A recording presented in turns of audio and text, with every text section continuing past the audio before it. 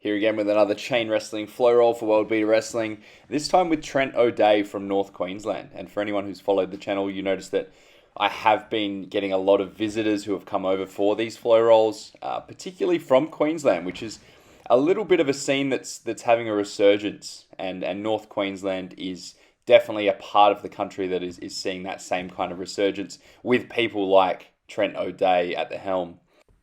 And again, with these flow rolls, we're trying not to stagnate for too long. If we get into pretzel type moves, we might release and go for something else. Just there I had like your side control position, your classic grappling position, floated over into a Kezagatami. He slid his way out and took control of the wrist. Now I'm just working up to a standing base. Trent takes the wrist lock and I'm just reversing that pressure, reversing that grip to release the pressure, but going once further into that top wrist lock takeover, which is another video that you will see on the channel very, very soon. Just the short snapmare, locking down the arm with that double wrist lock grip. He's taking the inside of the leg. And now going into what was looking to be a figure four leg lock. Blocking the leg lock, about to go into another of our upcoming tutorials on defending the figure four leg lock, this time into a figure seven hold. And then you'll see here I go for a figure four variation. So I figure four his legs, which allows me to then turn his legs and turn his body over to his stomach so that I can lock in what is the beginning of a Muda lock, which I have covered previously on the channel. Little bit of improvisation. He posted up to relieve the pressure, so I tried to lock on a crossface. He turned it into a little top wrist lock and then crossface of his own. So we're almost having a bit of a 50-50 battle.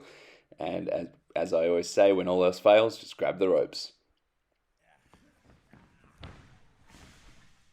There's really nothing wrong with a reset. I feel like if you can't get your way out fluidly, then grabbing the ropes and resetting is a really good way just to mix it up with these types of flow rolls. Trent getting the go behind now, locking on a cravat. And then one of my favorite counters for the cravat is to bring them down to a knee, arm over the top, doing a 3/4 roll over the right shoulder, and then you can take that wrist lock grip and bring them back down. Again, another video that I have covered previously. Seems to be a common theme here. Now I'm slowly taking hold of a modified tequila sunrise, but the ring positioning wasn't quite right, so both of us against the ropes, reset and start again. Just here trying to mix it up, trying to use some different grounded, I guess, jiu-jitsu style entries. Just went in there to the STF.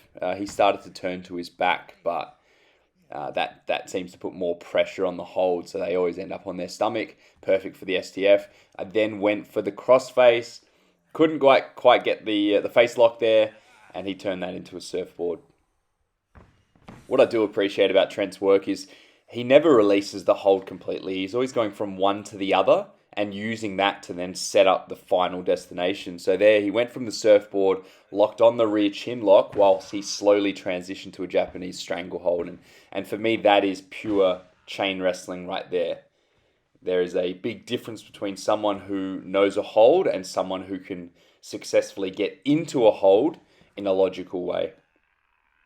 Here just bridging to release the pressure from the stranglehold, but that also gives me space to transition into one of my own. And then taking out the knees to prevent him doing the same. Knees in the back now, and then just bending over, putting more pressure, more leverage onto the hold. Wisely, Trent going back to the stranglehold, but then transitions into that pinning maneuver.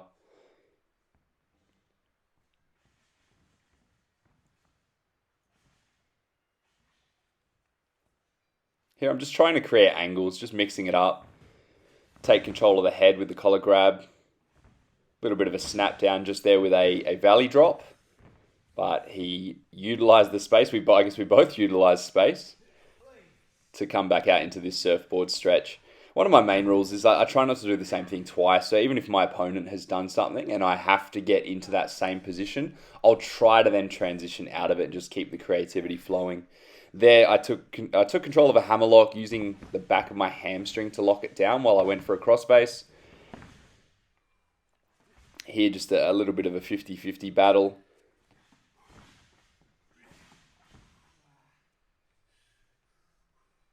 Just grapevining the leg to prevent the escape.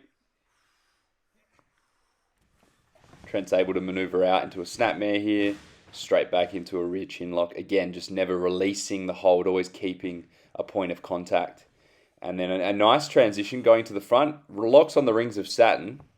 Super effective submission hold, locking both arms out and really, really hard to get out of. You can see here I'm trying to maneuver my right elbow out. I ended up hyperextending my elbow a little bit, but was successfully able to get out and then go for the pin. And that is the end of our flow roll. If you want to see more videos like this, click on the subscribe button, spread the word, and if you have any questions or requests for World Beater Wrestling, don't be afraid to comment below.